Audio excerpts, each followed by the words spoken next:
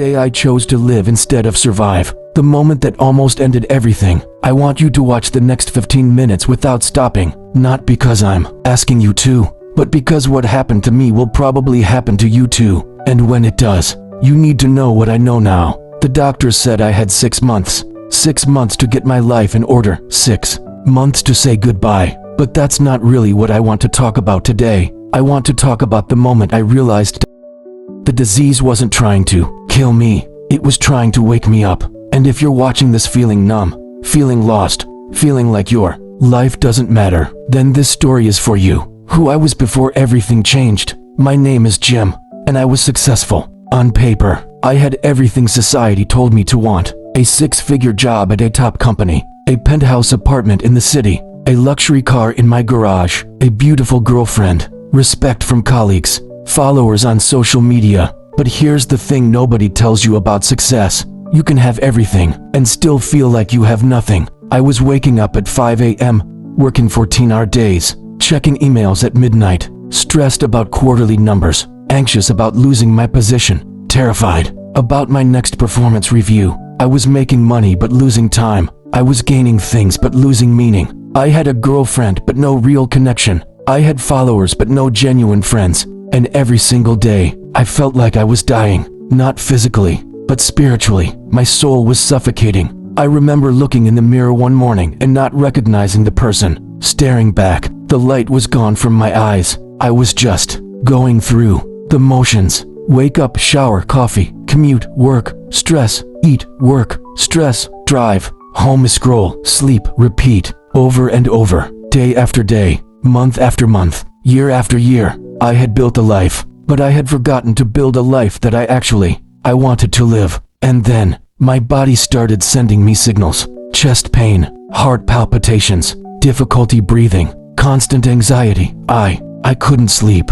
I couldn't eat. I thought I was having a heart attack. So I went to the hospital. The worst day and the best day of my life. The doctor came in with a serious face. "We need to run some tests," he said. 3 days later, they told me I had cancer. Stage 3, advanced, already, spreading. How long? I asked. "If you're lucky, 6 months, maybe a year with treatment," he said. I remember the room going quiet, like someone had turned off the sound. I couldn't hear anything. I couldn't feel anything. I was just dumb. My girlfriend left the room crying. My mom held my hand. My boss sent a message saying to take time to handle personal matters. That's when it hit me.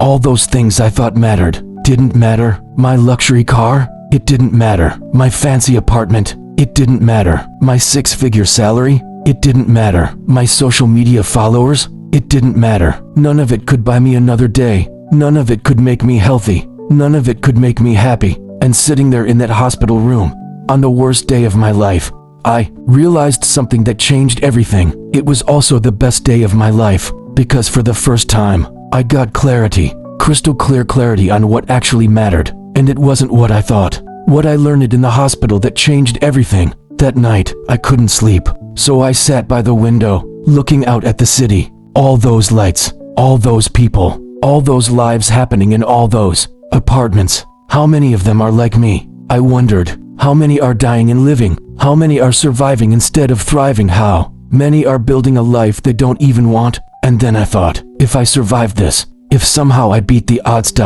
what would I do differently? The answer came to me immediately. I would live, actually live, not survive, not go through the motions, but really live. I would quit my job. I would leave my apartment. I would sell my car. I would end my relationship. It wasn't real anyway. I would find out who I actually am, not who society told me to be. I would do things that matter, that create meaning, that connect with people. I would spend time with my grandmother, talk to my mom, laugh with my friends, help strangers, create something, teach someone, love someone real. And I decided something right there in that hospital. Even if I died, I was going to die living, not living dying.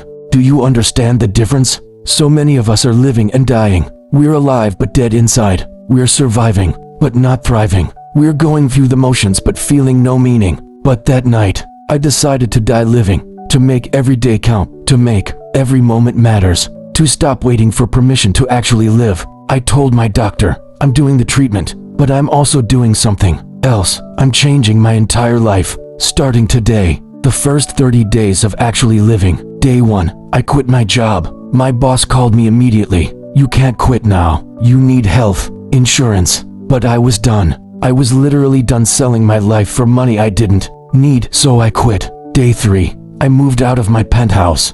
I went to a small apartment in a quiet neighborhood. Tiny, simple, but peaceful. My rent went from $5,000 to $800. My stress went from 100 to 20. Day 5, I had coffee with my grandmother. For the first time in 3 years, I actually sat with her. No phone, no distractions, no rushing. Just me and her, talking, laughing. She told me stories I'd never heard before. Her eyes lit up. My eyes lit up. We connected, and I cried because I realized I'd almost lost this without even experiencing it. Day 10, I called friends I hadn't spoken to in years. Hey, I just wanted to tell you that I care about you, and I'm sorry for being such a terrible friend. You know what they said? They said, we missed you. We've been waiting for you to come back. Come back, because I wasn't even present when I was there. Day 15, I started helping people. I started volunteering at a local organization, teaching kids, mentoring, really serving people. And for the first time, I felt purpose. I wasn't doing it for a paycheck. I wasn't doing it for status. I was doing it because it mattered. Day 20, I started my journal. I wrote down everything, my fears, my hopes, my dreams, what I actually want from life, and I realized I have no idea what I want because I've been living on someone else's blueprint my whole life. So I decided to write my own. Day 25, I had cancer treatment.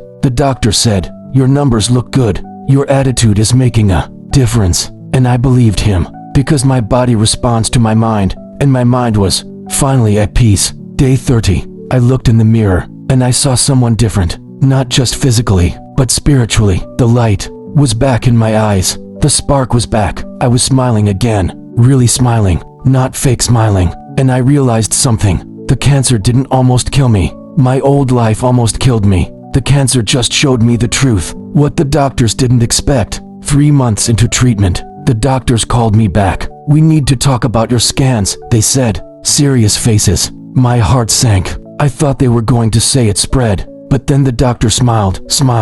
The cancer is not shrinking. We're not sure how. Your lifestyle change, your positive mindset, your healing diet, your meditation practice, it's all working. We've never seen someone respond to treatment like this. I didn't have 6 months. I had a second chance. But here's what's wild. I didn't feel relieved. I felt grateful, not for surviving, but for the wake-up call. Because even though I was told I had cancer, in a way, I was cured. Cured of the disease I didn't know I had, living a life that wasn't mine. And honestly, even if the cancer had taken me, it would have been okay, because for the first time, I was really living, and I'd rather live one day with purpose than live 100 years with none. That's when I realized, maybe the cancer wasn't here to kill me. Maybe it was here to save me, because it forced me to wake up. It forced me to choose. It forced me to live. And now, 3 years later, I'm cancer-free, but more importantly, I'm life-full.